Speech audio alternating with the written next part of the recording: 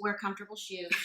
Definitely lots of like sneakers. Don't be cute. Just wear sneakers because it's a lot of walking.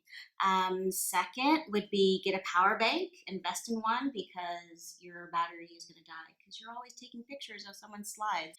And then third is probably hydrate. You're in the desert. It's the summer.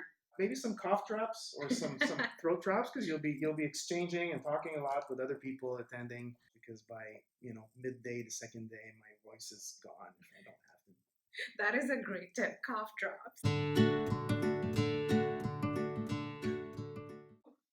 Well, if they're buying a beer, they're doing it wrong. You should actually find a party. There's plenty of parties at VMworld to be had.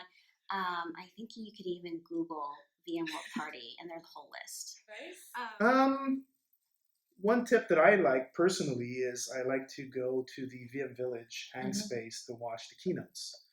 It's a little bit of more comfortable space to watch the keynote, and then it's easier as well if you want to exchange and just talk to your neighbor about what's going on in the keynote.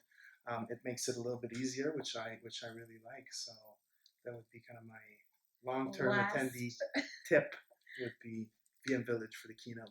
Well, that's a great tip. Cloud Native Apps might have a few surprises walking through VM Village for people who were there. Any last words of advice for everybody listening? Hands-on labs. I love the hands-on labs. It's one of the greatest ways to really learn about a product in a concentrated time and no interruptions, which is what I like about it.